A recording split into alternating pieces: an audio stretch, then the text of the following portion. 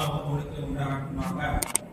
அல்லாஹ்வுடைய மாபெரும் கிருபையினால் 21ஆம் நாள் தராத் சொல்லக்கூடிய பாக்கியத்தை அல்லாஹ் வழங்கியிருக்கிறான். நாம் பார்க்கின்ற பொழுது இதற்கு என்ன சிறப்பு என்று சொன்னால், அல்லாஹ் தஆலா சுவனத்தை தருவது மட்டுமல்ல, அந்த சுவனம் பேரொழியால் ஆன அந்த சுவனத்தையும் அல்லாஹ் தஆலா தருவதாக நபிகள் நாயகம் ஸல்லல்லாஹு அலைஹி வஸல்லம் சொல்லி காட்டுறாங்க. ஸல்லல்லாஹு அலைஹி வஸல்லம் சொல்றாங்க, நீங்க இந்த துஆவை அதிகமா கேளுங்க. என்ன? அல்லாஹும்ம இன்னா நஸ்அலுக சிக்கத வராகத என்ற துஆவை அதிகமா கேளுங்க. ஏன் அப்படின்னு சொன்னா, மனுஷனுக்கு காசு பணம் மகளம் இதெல்லாம் நமக்கு இருக்கு இல்லாம போகும், இது நிம்மதியை தராது. ஆனா ஒரு மனிதனுக்கு ஆரோக்கியம் இருக்கிறது, அதுதான் நமக்கு வேணும். அதனால ஆரோக்கியத்தை நீங்க அதிகமாக அல்லாஹ்விடத்தில் கேளுங்கள் என்று நபிகள் நாயகம் ஸல்லல்லாஹு அலைஹி வஸல்லம் சொன்னது மட்டுமல்ல, கேட்க சொல்லி வலியுறுத்தி இருக்கிறார்கள். அந்த ரீதியில நான் பார்க்கின்ற பொழுது கலீஃபா ஹாரூன் ரஷீத் மிக பிரமாண்டமான பூமி ஆட்சி செஞ்சிருக்காங்க. அப்படிப்பட்ட அவங்க ஆட்சி செய்த அந்த ஹாரூன் ரஷீத் எப்பவுமே அவங்க இடத்துல ஒரு இறை நேசர், ஒரு சூஃபி எப்பவுமே இருப்பாரு. அப்படி இருக்கக்கூடிய தருணத்துல ஒரு நாள் ஹாரூன் ரஷீத் அவங்க தண்ணீர் குடிக்க போறாங்க. அப்படி தண்ணீர் குடிப்பதற்காக ஆயத்தமாகக்கூடிய தருணத்துல அருகிலே இருக்கக்கூடிய அந்த சூஃபி ஒரு ஆபீதை என்ன செஞ்சா, ஹாரூன் ரஷீதுடைய கையை பிடிச்சிட்டார். குடிக்க விடாம கையை பிடிச்சுக்கிட்டார். ரெண்டு பேரும் ரொம்ப நெருக்கமானவங்க. எங்க போனாலும் அந்த சூஃபி ஹாரூன் ரஷீதோட போவாரு. அப்ப அந்த சூஃபி கேட்டா, ஹாரூன் ரஷீத் அவங்களே, இப்ப நீங்க தண்ணி குடிக்கணும்னு நினைக்கிறீங்க, ஆனா தண்ணியே கிடைக்கவே இல்லை. எப்படிங்க? ஊர்ல தண்ணியே கிடைக்கல, ஒரே ஒரு டம்ளர் மட்டும் தண்ணீர் கிடைக்கும். ஆனா அதுக்கு உங்க ஆட்சியினுடைய பாதியை கொடுத்தாலே அந்த ஆட்சி அந்த தண்ணீர் கிடைக்கும். அவ்வளவு பெரிய விலை. இப்ப என்ன செய்வீங்க? நான் தண்ணி கிடைக்கலன்னு சொன்னா ஆட்சியோட பாதியை கொடுத்தாலும் தண்ணியை வாங்கி குடிச்சிருவேன்.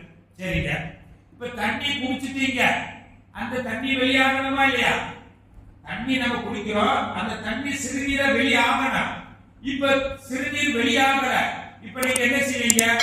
இன்னும் பாக்கி இருக்கக்கூடிய மீதி ஆட்சியை கொடுத்தாவது உடலிலே தேங்கி இருக்கக்கூடிய அந்த சிறுநீரை வெளியாக்குவேன்.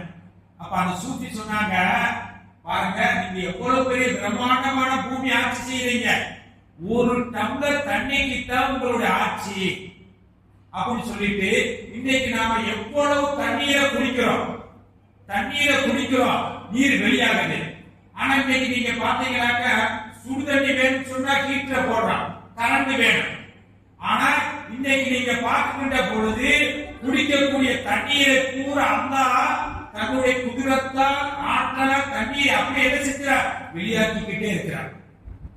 ஏதாவது மிஷின் நம்ம மிக்சி போடுறோம், கரண்ட்ல என்ன செய்யலாம்? ஃபிட் பண்றோம், வேணுங்கிறது நம்ம அழைக்கிறோம். அப்படி கிடையாது.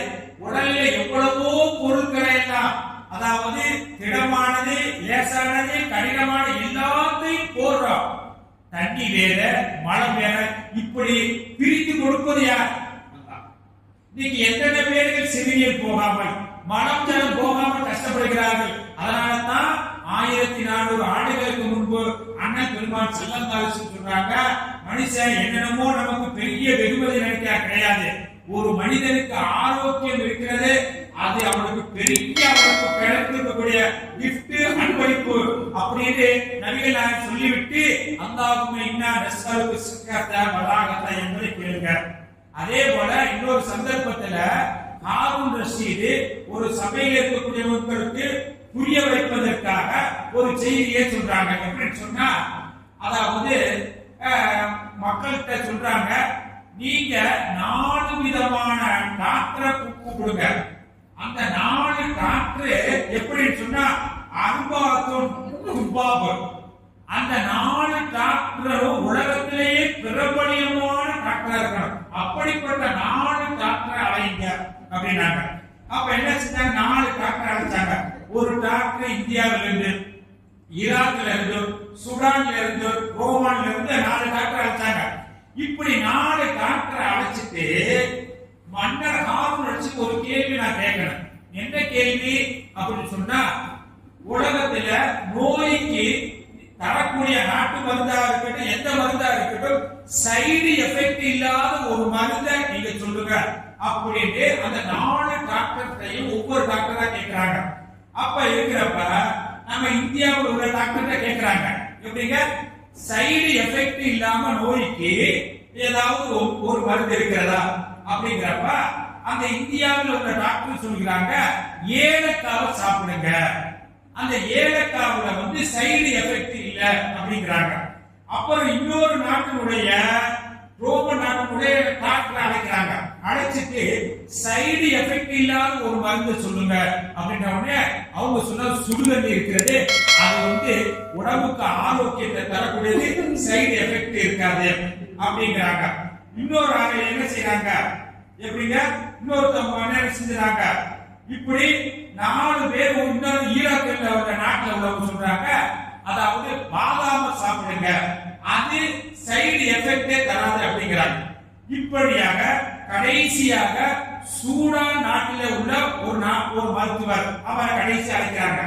அழைச்சிட்டு கேட்கிறாங்க, அதாவது சைடு எஃபெக்ட் இல்லாத ஒரு மருந்து சொல்லுங்க அப்படிங்கிறப்ப அவங்க சொல்றாங்க, பசி வந்த பிறகு நீங்க சாப்பிடுங்க, பசி அடங்கும் முன் சாப்பாடை நிறுத்திக் கொள்ளுங்க, இது உங்களுக்கு ஆரோக்கியத்திற்கும் சைடு எஃபெக்ட் தெரியாது. இது நான் சொல்லல, அந்த டாக்டர் சொல்றாங்க, 1400 ஆண்டுகளுக்கு முன்பு அண்ணல் பெருமான் ஸல்லல்லாஹு அலைஹி சொல்றாங்க, இதை நீங்கள் வாழ்க்கையில் கடைபிடித்து வாருங்கள், உங்களுக்கு ஆரோக்கியம் கிடைக்கும், சைடு எஃபெக்ட் தராது அப்படின்னு. அப்ப அதனால தான் பெருமான் ஸல்லல்லாஹு அலைஹி சொல்றாங்க, அல்லாஹும்ம இன்னா நஸ்அலுக சிக்கத்த, இறைவா எனக்கு ராகத்தை கொடு, சலாமத்தை கொடு என்று இறைவனிடத்தில் கேளுங்கள். அந்த ராகத்துக்கு நமக்கு எத்தனை பேர் கிட்னி வேலை செய்யாம எத்தனை பேர் பணம் செலவு பண்றாங்க. இதே போன்று பார்க்கின்ற பொழுது ஆகையினால் நீங்கள் ஆரோக்கியத்தை அல்லாஹ்விடத்தில் அதிகம் கேளுங்கள் என்று சொல்லியிருக்கிறார்கள். அல்லாஹ் தஆலா வாழக்கூடிய காலகட்டத்திலே ஆரோக்கியத்தோடு வாழக்கூடிய பாக்கியத்தை அல்லாஹ் அனைவருக்கும் வழங்குவானாக.